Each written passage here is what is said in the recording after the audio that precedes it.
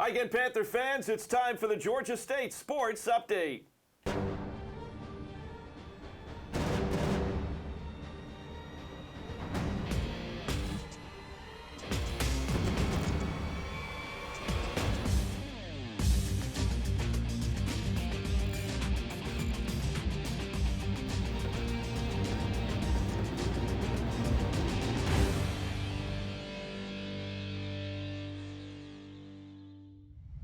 Hi again, Panther fans, and welcome to the Georgia State Sports Update. Dave Cohen in studio. Our first segment, we're talking beach volleyball, and we welcome to the set Beth Van Fleet, the head coach of the beach volleyball team. And, you know, the last time that you and I did an interview in the Georgia State Sports Update, we were out at the beach volleyball courts. It had to have been, I'm guessing, in the 50s, maybe the upper 40s. I would say 40s, yeah. A lot warmer here in the studio with the lights. Warmer.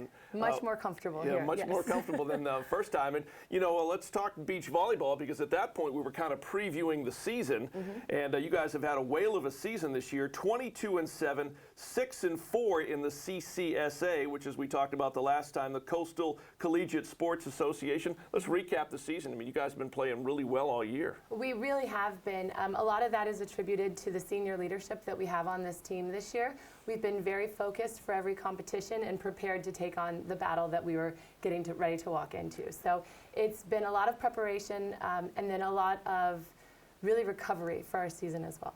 Well, you know, again, the CCSA, it's in its first year. The Atlantic Sun actually kind of oversees the CCSA. And, you know, I was writing it down as you go into this tournament. You guys are going to be up in Emerson, Georgia at Lake Point, which is what you got, which is what everyone's getting ready for. Yep. Group 1 is Florida State, LSU, South Carolina, and Alabama, Birmingham. Group 2, Georgia State, FIU, FAU, and Tulane. I remember when we talked the first time how great of a conference this is with some outstanding beach volleyball schools. We have so many talented schools and so many talented pairs within each of those schools. So we are, we've actually played everyone in conference, so we've gotten to see everyone at some point during the season. We are now getting ready to prepare for this weekend going into competition, really focusing on our pool play with FAU, FIU, and Tulane. You meant, as I mentioned, 22 wins against just 7 losses this year, but how has beach volleyball been performing down the stretch, knowing that the tournament is hanging out there? So that's actually a great question. We started off very strong this season and then kind of hit a little bit of a slow point, a little bit midway, and really responded well to one of those big losses that we had. So I think that actually helped our morale. We learned so much from that loss that we've actually used that as a catalyst moving forward to protect ourselves to make sure that doesn't happen again. And I remember when we were chatting before, we were looking down at the schedule. I think you had the #1 team in the nation. Was it Southern Cal at the time that you guys were playing, and you guys played them? How did that work out? Because that was kind of like the one game on the schedule I think everyone had circled the date to be playing the #1 team in the nation. Yes, so it's very interesting how the season has played out. So right out of the gate, Southern Cal was beaten by Pepperdine. So we also played Pepperdine this year. So we played Pepperdine when they were #1. We played USC right before they became #1. And against both of those schools, we won 1 match and lost 4. So not necessarily the end result that you want to have, but within each flight, we put up some incredible battles and really especially pushed USC to some long games. And that was really fun to see our girls showing up and realizing that they belong in that sand just as much as some of those athletes on the West Coast. And, you know, for those of us that follow basketball, football, baseball, we've been to all the Sun Belt cities. Beach volleyball is going to some outstanding locations. I mean, everywhere you go is an outstanding. Every road trip is an outstanding location. Where have you guys been this year? It's like a vacation every weekend. We got to go to this place called South Beach, Miami. I don't know if you're familiar with that. We've been all over. We go to Florida several times. We were just at Florida State over the weekend, and their venue's fantastic. It's always fun to go there and compete just with the campus going on. They had a big track meet next to it. But we've been to some great locations this year, some new places. We got to go to New Orleans. That was fun, playing at Tulane, as well as LSU playing at their facility there at Mango. So it was neat for our seniors because our previous 3 years, we've kind of stuck to a similar schedule. And this year we branched out to see some new competition, but also to see some new facilities. Who are some of the Panthers that performed above what maybe you thought were expecting to see from them this year? Sure. So throughout the course of the season, I would say that we've had different pairs kind of carry us through each weekend. By far, our most consistent pair has been in the number 3 flight with Delaney Rowan and Milani Pickering. They, I believe, have only lost 3 matches this entire season for us. So they've been incredibly reliable, very dependable, and even in those matches that they have lost, they've fought to the bitter end. So it's been neat to kind of rally around them. They've been in our 3 flight and our 4 flight. Our other, we have many exciting pairs. A lot of people love watching Sarah and Jansen. They've had a phenomenal year as well in the 1 for the majority of the season, as well as Caitlin Rawls and Nina Intervis. They're currently in our 2, but they started out in our 1 flight. So we've had some incredible performances from each of those 3 pairs, as well as our 4 and 5. Our 5 has been, we've been looking for the right chemistry there, so we've had some great performances from some of the individuals, and we're just looking to hit our stride going into the conference tournament this weekend. So Florida State, correct me if I'm wrong, Florida State's the number 1 seed. Georgia State is the number 2 Correct. seed going in. Florida State atop of Group 1, Georgia State atop of Group 2. Mm-hmm. And so you're going to end up facing FIU, FAU, and Tulane Correct. first. Yes, so the way that it's going to break down, we will play FIU and FAU on the same day, so that'll be on Friday, and then on Saturday we'll play Tulane. Whoever comes out of our pool in the first flight or the first seed has a bye until Sunday. Whoever comes out 4th is finished with the tournament, and then if you come out 2nd or 3rd, you have a play-in game on Saturday to make it to Sunday. So it's going to be brutal. We all have to show up. It's going to be some great volleyball this weekend. And if you have not been up there, I've been up there with travel baseball, but Emerson and Lake Point have built an incredible facility up there. It is beautiful. It's one of the best facilities in this area with as many courts as they have. So it's been used for several different tours that have come through Atlanta.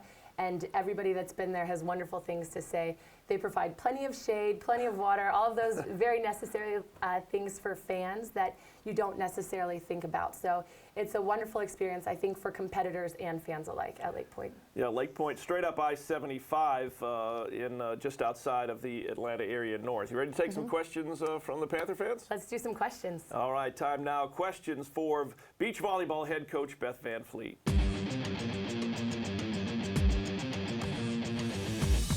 Hi, I'm Patricia Nolde, and I'm the Language Lab Director in World Languages and Cultures. And my question for Coach is, the season is coming to an end. Who are you losing at the end of the season, and how is recruiting going for next year? With the season coming to an end, we are going to be graduating our inaugural class freshmen. So it's a really special year for us. It's been so much fun working with these girls for the last 4 years. But the girls who are graduating are Jansen Button, Sarah Olivova, Caitlin Rawls, Nina Intervis, Milani Pickering, Alexis Elmer, and Alexis Townsend. Recruiting to replace those athletes has been a monumental challenge, but we've made some great strides and have some very talented athletes coming in for next season. Hi, my name is Analia Rodriguez, and I'm a nursing major. And my question to you, Coach, is, in general, how do you coach your teams to their peak performances for the championships? Is there anything that you do different from the regular season?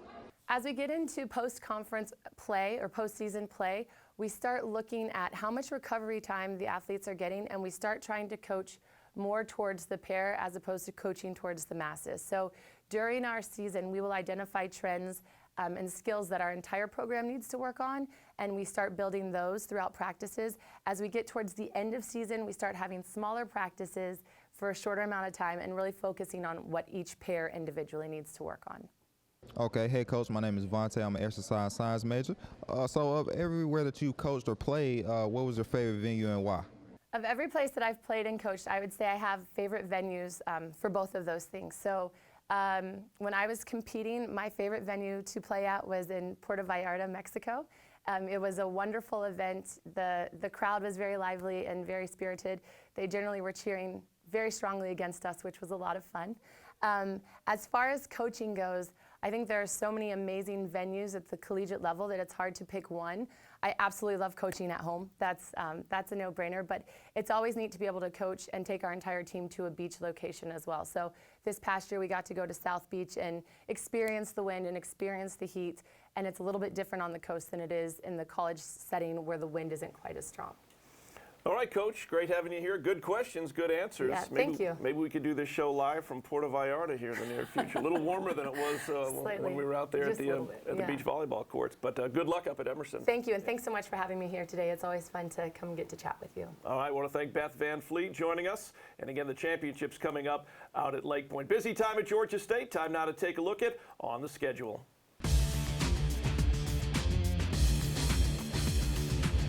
Here's what's going on this week in Georgia State athletics. 3 events on Saturday, April the 23rd at 1 and 3 p.m. Eastern Time. Softball hosting UT Arlington out at the Bob Heck Softball Complex at Panthersville.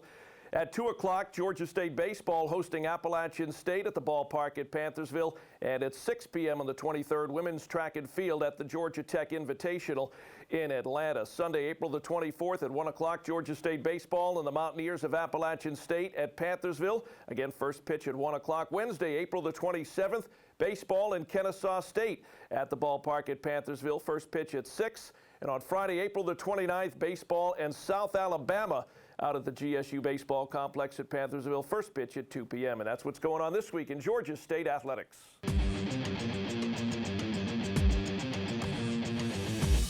And we're back in studio here on the Georgia State Sports Update, and pleased to welcome in head track and field coach Chris England. Chris, great to have you in studio. And you know, I think for the Georgia State fans and the viewing audience, a lot of folks, they hear track and field, they only hear the track part. They may not necessarily hear and or understand all the different events that go into the field part of track and field. Why don't you bring us up to all the different events that Georgia State competes in on the field side of track and field? Yeah, track and field is very unique. There's 21 events for outdoor track and field. About a third of those are the field events that we talk about. Everyone knows all the runners and the sprinters and the long distance runners, but a third of the team is field events. Field events can be comprised of throwing events or jumping events. There's about 10. Georgia State, in the last few years, has done very well in the field events. When I first started, we were all track and very few field, and now we're very evenly split. Some of the events for field, in addition to track, are the throwing events. Outdoor track has the hammer throw, the shot put, the javelin throw, and the discus as well.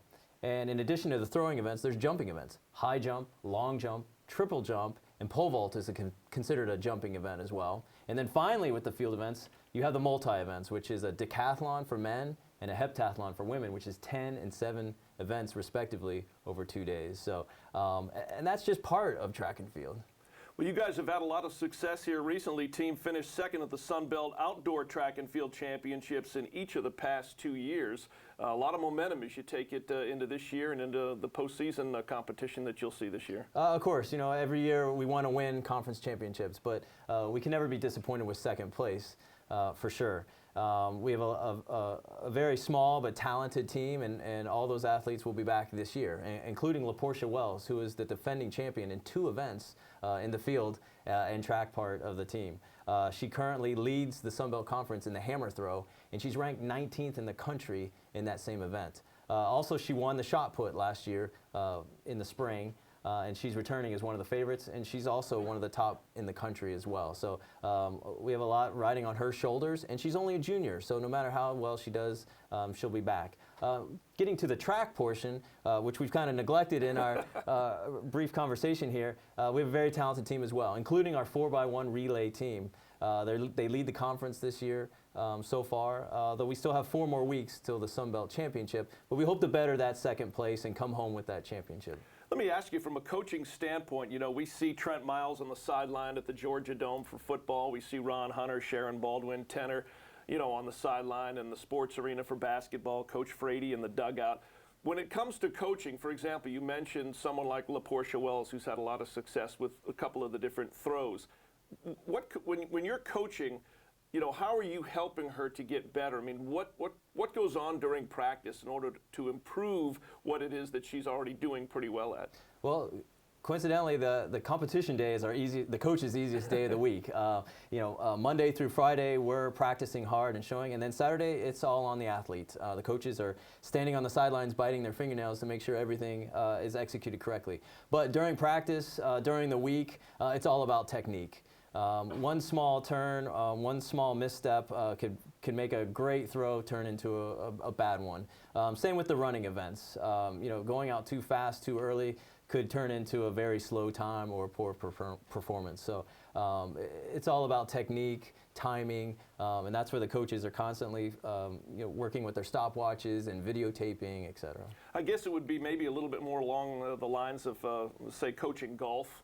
I mean, any coach obviously has to step to the sideline or on the side of the field. The athlete has to eventually go out and compete. Like in golf, you know, as a coach, you can work with someone out on the links on their swing day after day after day, but ultimately in competition, they've got to be able to make the shots. Is it kind of the same in your arena? Well, probably, but my idea of golf would never get better. I could practice and practice, but it is that. But there's also not only a technique portion, but the physical portion as well. So you have to actually combine the two to make sure the end product comes out on top. And LaPortia has shown she's one of the finest at doing that.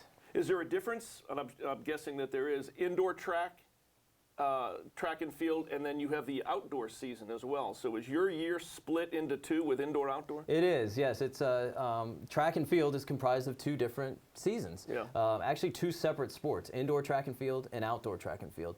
Indoor track and field is during the winter months, December through February. It has its own conference championship, its own NCAA championship, and then actually several different events as well. That aren't contested at the outdoor track, including the weight throw and the 60-meter sprint. Then come March and the nicer weather, hopefully, we move from the indoor facilities to the outdoor facilities. And that's where weather can often be a challenge with the heat in the south, rain, lightning, wind, which all can affect performance. However, the events are often different as well. There's new events.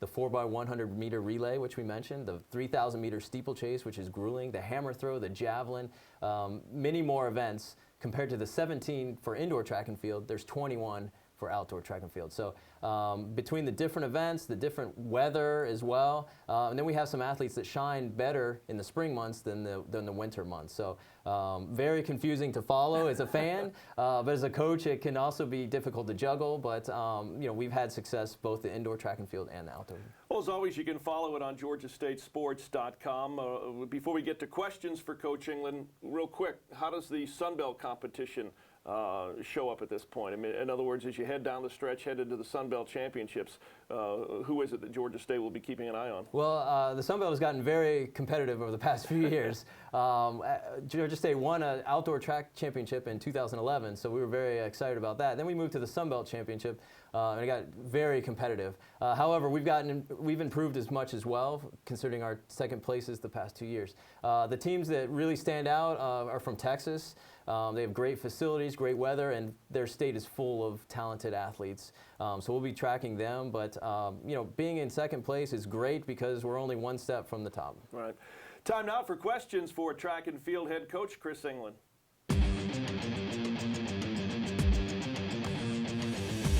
Hey Coach, my name is Chris Stowell. I'm an exercise science major, and I got a question. With so many sports under the track and field umbrella, how do you determine which student athletes compete in which events? There's 21 events for outdoor track and field, so there's almost something for almost everybody. Fortunately, most of those athletes are talented in their high school events and competitions, so when they come to college, we already have a pretty good idea what events they'll excel at. However, there are some events at the college level that aren't performed in high school. Some of those being the hammer throw, the javelin throw, the 400-meter hurdles, the 3,000-meter steeplechase. These are all unknowns to high school athletes. So if we have a talented athlete, we'll try them in some of these new events, and they may excel. One of our best athletes, LaPortia Wells, she never picked up a hammer in high school. Now she's the 19th best in the country. Hi, my name is Ashana Husbands. I'm a journalism major, and I understand you coach both cross country and track and field. Which is harder to coach, and what are the differences? Cross country and track and field are equally difficult. We're dealing with athletes that compete at their highest level every day and compete at their best every weekend. I would say the biggest difference is cross country is comprised of 2 races in a morning, a women's 5,000 race and a men's 5-mile race. And then the day is done. Track and field is 21 events over an entire day for both men and women. So it can be a long and grueling day for not only the athletes, but the coaches and staff as well. Hi, I'm Megan Mwanda, and I'm a psychology major. And Coach, I assume you ran in college. Where did you run, and are you still a competitive runner today? Thanks. Many years ago, I did compete at The Ohio State University, where I was an All-American distance runner in track and field. These days, I keep busy watching over 30 student athletes in both track and field and cross country. And with a family of my own, I find it very hard in traveling every weekend to find time to compete. Well, Coach, appreciate you coming in. Good answers to our fans' questions, and we'll be following Georgia State track and field and cross country. Great having you here. Great, go Panthers. Well, thanks, Chris. Great having you in studio. Our next segment gets you out to the game. Our Jared Oliver out to Bob Heck Field at Panthersville, taking you out to the ball game and Georgia State softball.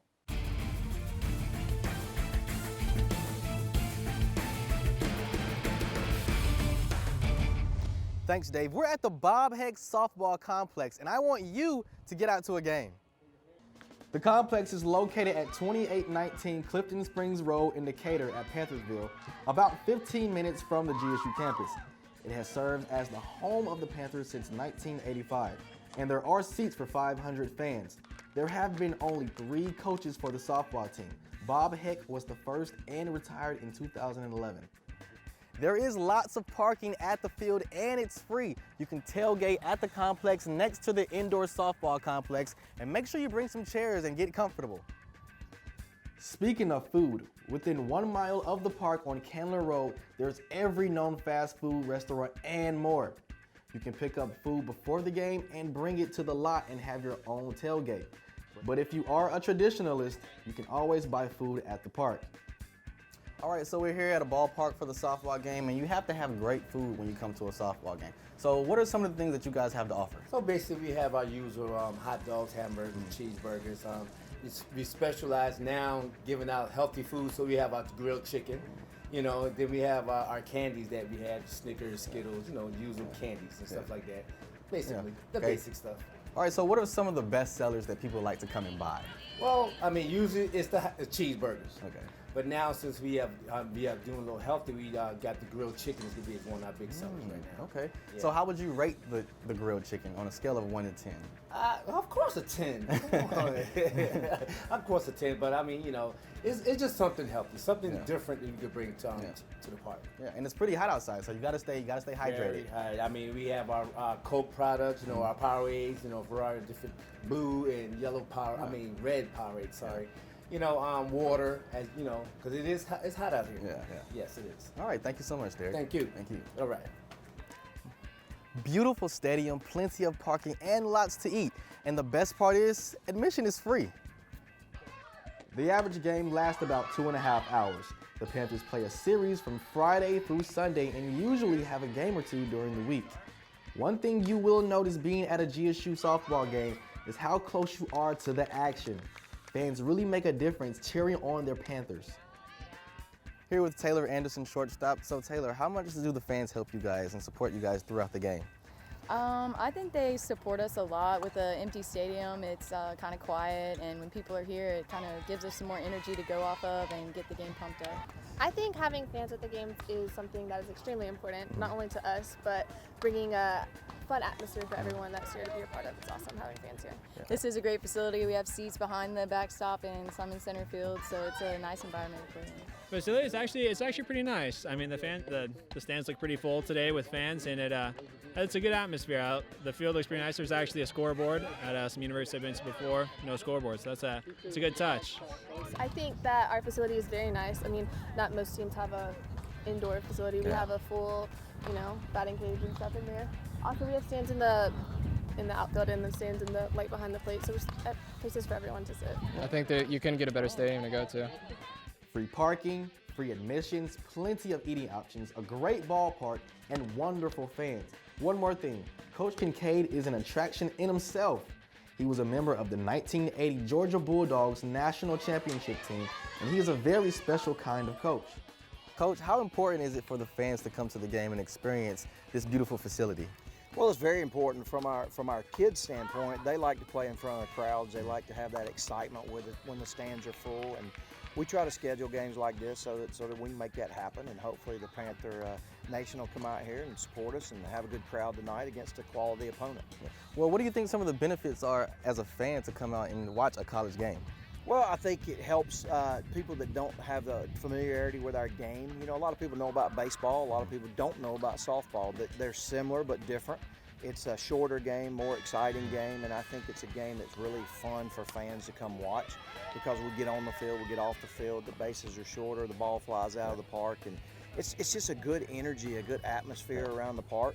And I think when people come and they spend that hour and a half, 2 hours out of their life to come watch a game, they'll come back. And that's what we encourage people to do. Give us a try, come out, watch a game, and I guarantee you, you'll come back. Yeah, well, this is definitely a beautiful facility, great weather, especially today. How would you rank this facility in the entire Sun Belt Conference? Well, it's in the upper third in the conference. We have a nice indoor facility where we can train in when the weather's not good. Our turf is awesome. We have a great infield, and our grounds people and facilities people do a great job with it. So it's a great facility. We're real proud of it. You know, we want to always make improvements, and we're looking to do that. A few things. We just got a brand new scoreboard this year, which is a digital scoreboard. We have some video capabilities on it, and you know, just always trying to get better. And we do have a quality facility there. Yeah. Well, tell me how some of the ways the fans help the team throughout the duration of the game. Well, you know, you have ebb and flow of the game. You have lulls, you have high points, you have low points, and it's always good when the kids do something good on the field and the fans cheer and they can feel that energy coming from the fans. And it works the other way too. You know, when we're down, we make an error or we strike out or we don't have a good inning, and you got that good fan support that clapping you on, telling you, you know, let's go, let's go. And it helps the energy in the dugout. And you'll find as you come to softball, it's a little bit different in the dugout. There's a lot more energy, a lot more voices coming out of the dugout. You know, they get a little bit crazy sometimes. So, you know, it's a give and take with the fans, but it helps tremendously when the kids know they have that support. Coach Kincaid, thank you so much. Thank you. Go Panthers. Go Panthers. Check out GeorgiaStateSports.com for the schedule and all the facts about attending a game. And get out to a game. Back to you, Dave.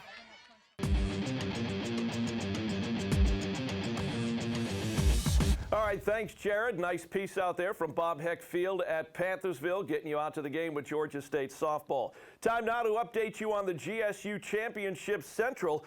The 2016 Sun Belt Men's and Women's Tennis Championships coming up Sunday, April the 24th at the City Park Tennis Courts in New Orleans. Women's tennis finishing the regular season at 12-5. They were 4-0 in Sun Belt Conference play. Men's tennis has won 8 of their last 9 matches heading to New Orleans. The 2016 Sun Belt Men's Golf Championships, April the 24th through the 27th down at Miramar Beach, Florida, the Raven Golf Course at Sandestin. The Panthers, led by J.J. Gray, ranked 64th in the country in the latest golf stat rankings. Also, the 2016 CCSA Beach Volleyball Championships coming up April 23rd and 24th in Emerson, Georgia, the Raleigh Volleyball Complex at the Lake Point Sporting Community. The Panthers are 22-7, 6-4 in the new CCSA. That's your GSU Championship Central update. I want to thank our guest today, Beth Van Fleet, the beach volleyball coach, and Chris England, track and field coach. So for the entire crew, I'm Dave Cohen. Thanks for watching. We'll see you here next week on the Georgia State Sports Update.